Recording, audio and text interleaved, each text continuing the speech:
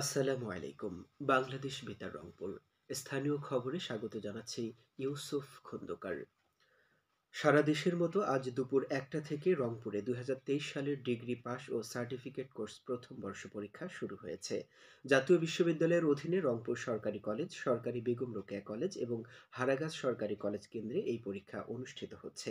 পরীক্ষা চলাকালীন কেন্দ্রের ২০০ গজের মধ্যে সকল প্রকার জনসমাবেশ, মিছিল, মিটিং ও অবৈধ অনুপ্রবেশ নিষিদ্ধ ঘোষণা করা হয়েছে। নির্দেশনা অমান্যকারীদের বিরুদ্ধে যথাযথ আইনানুগ ব্যবস্থা গ্রহণ করা হবে।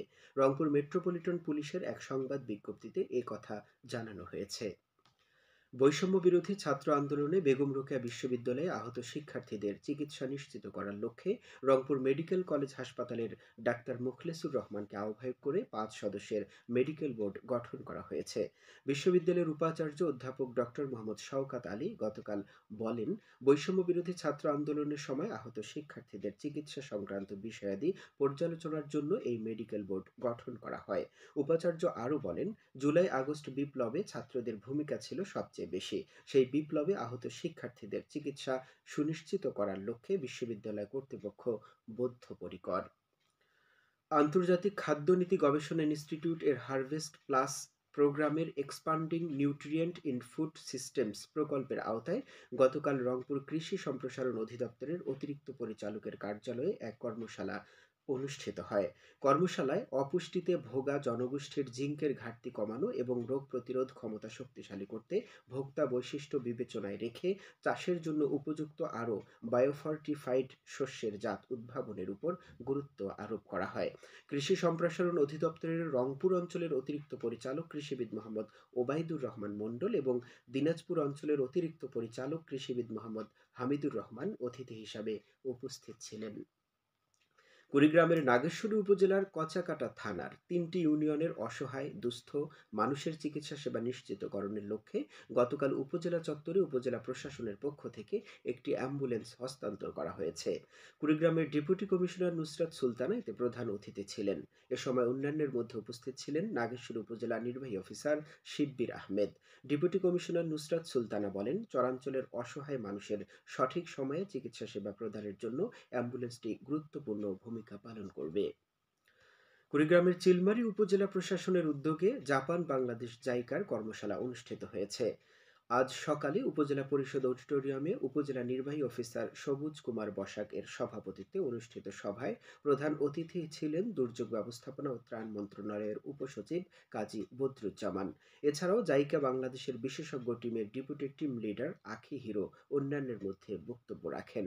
কর্মশালায় উপজেলার দুর্যোগ প্রবণ এলাকা চিহ্নিতকরণ এবং বিশ্লেষণ করে দুর্যোগ ঝুঁকি হ্রাসের লক্ষ্যে সিদ্ধান্ত গৃহীত হয়।